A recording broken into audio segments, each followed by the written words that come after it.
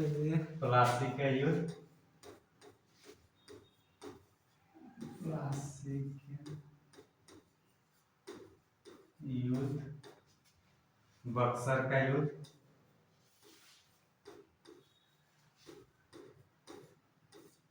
बक्सर युद्ध। आज हम लोग ये दोनों पर चर्चा करेंगे। ये कब हुआ है? कब हुआ है? 1757। 1700 एग्जैक्ट डेट 22 20 या 17 जिस बुक में जैसा रहता है। और ये बक्सर का युद्ध डेट 22 अक्टूबर 1764। ये 22 जून हो गया। ये हाँ। नहीं, ठीक है। अच्छा सॉरी सॉरी, और पुर्तगाल वाला ये 22 जून है। अच्छा प्लासी का युद्ध फिर हम लोग का 23 जून को है। हाँ 23 जून। और 17-18 में जो था हम लोग का वो वास्को डी गामा का वास्को आगमन था। सॉरी। तो सबसे पहले हम लोग प्लासी का युद्ध को हम लोग देखेंगे। प्लासी जो शब्द है, ये प्लासी हम लोग का वेस्ट बंगाल में पड़ता है, नदिया जिला।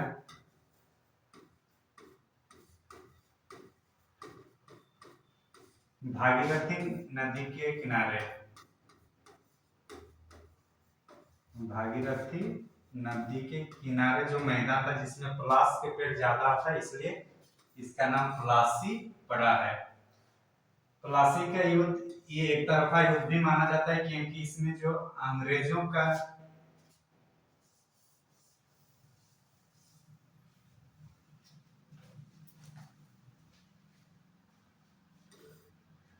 इसमें प्लासी के युद्ध में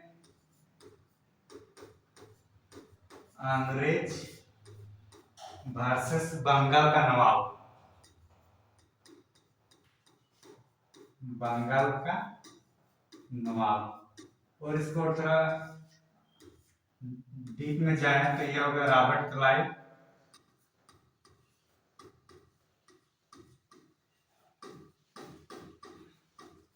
वर्सेस सिराजुद्दौला, सिराजुद्दौला,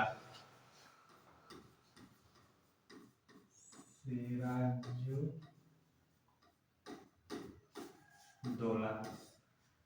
ये एक तरफा युद्ध इसलिए बोला जाता है क्योंकि सिराजुद्दौला के जितने भी इसके जैसे कि मेन सेनापति, मुख्य सेनापति, मुख्य सेनापति कौन थे? मीर जाफर, वही थे ना? मीर जाफर के साथ साथ घसीटा बेगम,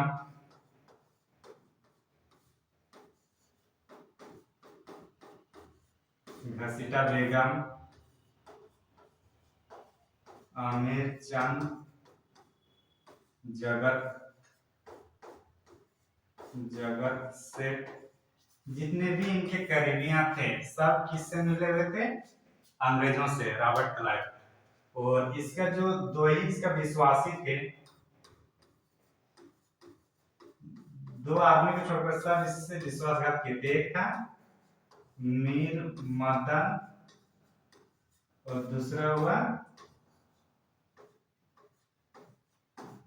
मोहनलाल। दो ही जो व्यक्ति थे जो सिराजुद्दौला के विश्वासी थे, बाकी सब जितने भी थे बाकी सब इनके अंग्रेजों से मिले हुए थे। इस तरीके से ये जो युद्ध हुआ,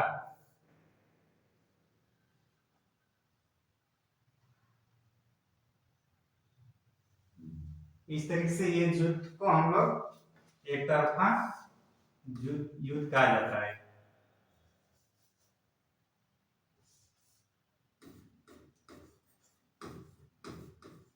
एक तरफा युद्ध कहा जाता है, या फिर इसको खुला युद्ध नहीं माना जाता है। इसमें चूंकि सिराजुद्दौला के जो सगे संबंधी थे, सबको रॉबर्ट क्लाइव ने लालच देकर अपने पास अपनी ओर लाया था कि आप लोग आइए और हमें सपोर्ट दीजिए, हम आप लोग को सेनापति बना देंगे। इस टाइप से इनका फायदा गिनाए। नेक्स्ट हम लोग जो पढ़ेंगे वो है बक्सर का युद्ध। और बक्सर का युद्ध यहीं से शुरू हो जाता है।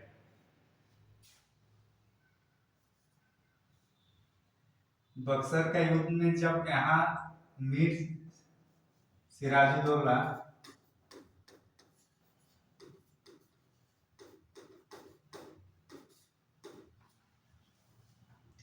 सिराजुद्दौला के हटने के बाद अंग्रेजों ने मीर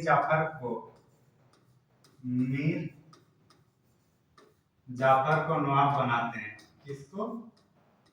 मीर जाफर को। और मीर जाफर को जैसे अंग्रेजों ने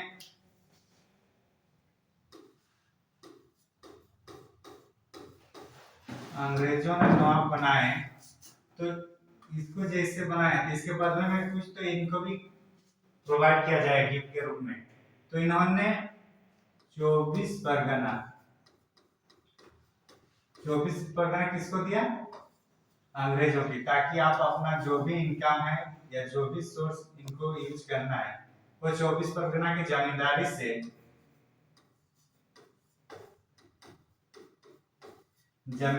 पूरा करें। लेकिन अंग्रेजों का क्या है कि उनका डिमांड कम होता ही नहीं गया। जैसे जैसे डिमांड होता गया ये भी उससे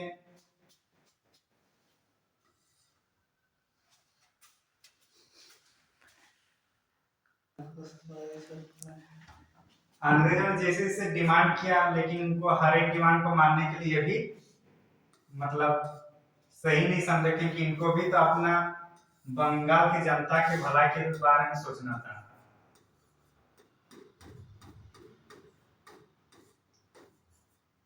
बंगाल की जनता के बारे में सोच रहे थे, तो अंततः क्या हुआ, इसको अस्वीकार करने लगा अंग्रेजों को। उनकी बातों को सुनना मना कर दिया। इसलिए अब अंग्रेजों ने मीर जाफर के बदले अब इसके बदला दूसरा को बंगाल का नवाब बनाते हैं, वो है मीर कासिम।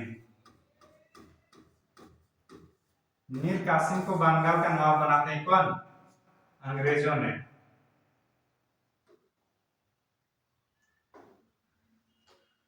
तो अंग्रेजों ने जैसे मीर कासिम को बनाते हैं, तो मीर कासिम इसके बदले देते हैं गिफ्ट में कौन कौन सा?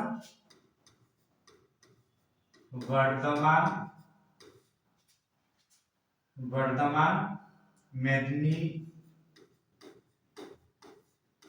मेदिनीपुर और चटगांव अभी बांग्लादेश में है। तो इनकी जमींदारी किनको दिया गया है? अंग्रेजों को।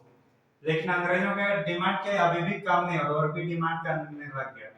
इतना डिमांड करने लगे कि ये परेशान हो गया बेचारा मीर कासिम। और मीर कासिम अपना राजधानी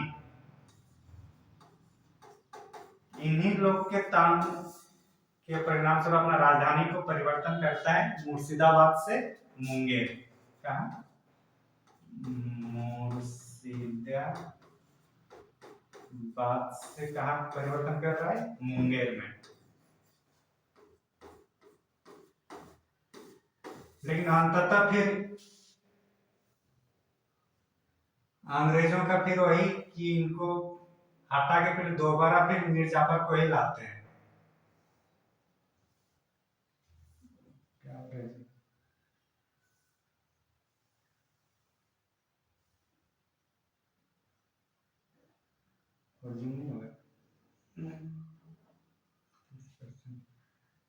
फिर अंग्रेजों ने फिर से दोबारा किसको ला रहे हैं? मीर जाफर को दोबारा।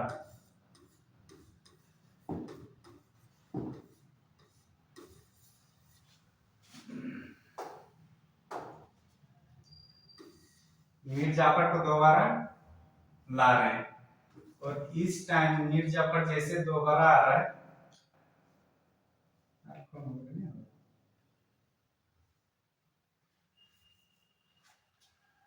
कम नहीं लगा।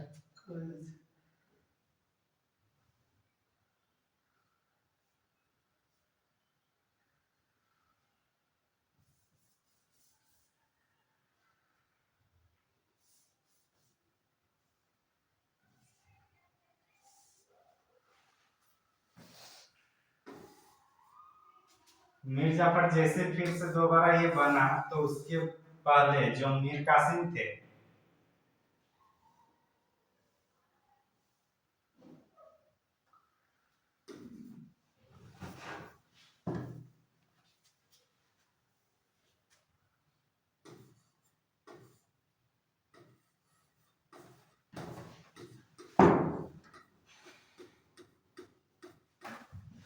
मीर कासिम अब मिलने जा रहे हैं अवध। और अवध में पहले से कौन थे मुगल शासक, क्या नाम था, शाह आलम। अवध का अपना नाम था सिजाउद्दौला।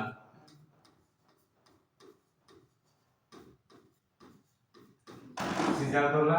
अवध में जो आकर जो पहले से थे वो हम लोग का शाह आलम।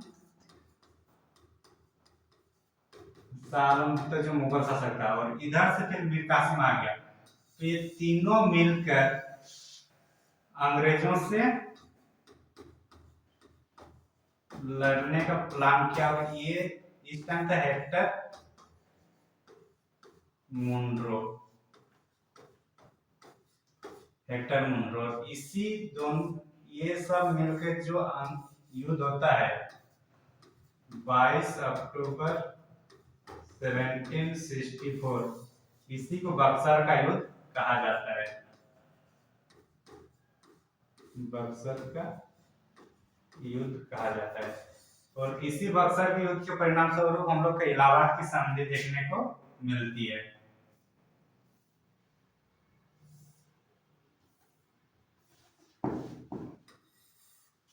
इलाहाबाद की संधि।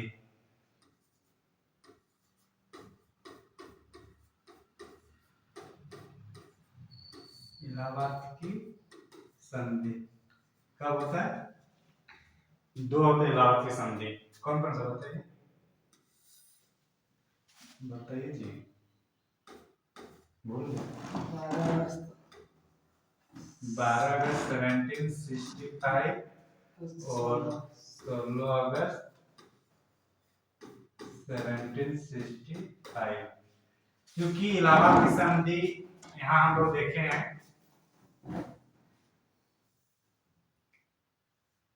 एक अंग्रेज है, दूसरा साइड हम लोग का है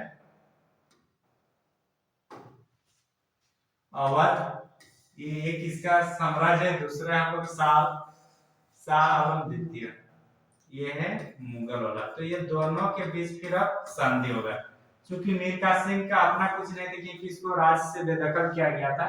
तो अंग्रेजों ने जो संधि बनाएंगे मुगल के साथ, जो संधि बनाएंगे ये 12 अगस्त को, और अवध के साथ जो होगा ये 16 अगस्त को। तो वही चीज है। तो 12 अगस्त किसके साथ हो रहा है?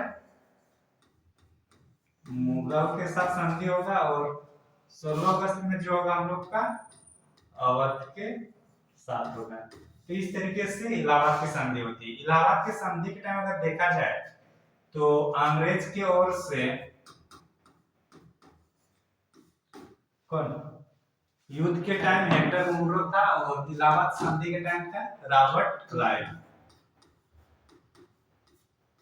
Robert Clive. और ये रॉबर्ट क्लाइव हम लोग का प्लासी के युद्ध में भी थे। मुगल शासक कौन थे? शाह आलम,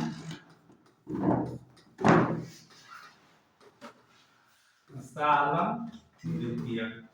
अवध के शासक कौन थे? नवाब सिजाउद्दौला।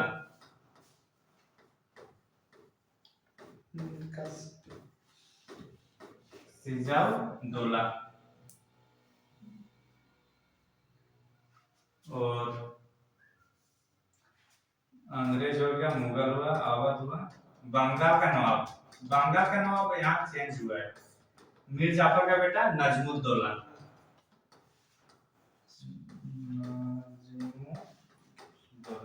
तो जनरली हम लोग को याद रखना है जो चेंज हुए हैं, ये अंग्रेज की ये वाला चेंज हुआ, रॉबर्ट क्लाइव आया है, पहले कौन था, हेक्टर मुनरो, युद्ध के टाइम वही थे ना, हेक्टर मुनरो, और बंगाल का नवाब ये है, युद्ध के टाइम था मीर जाफर, और अभी हुआ है नजमुद्दौला, ये उनका बेटा है मीर जाफर का। तो उस टाइम कौन थे, मीर जाफर। तो इस तरीके से हम लोग का इलाहाबाद संधि संपन्न होता है। ठीक, क्या करना है सर?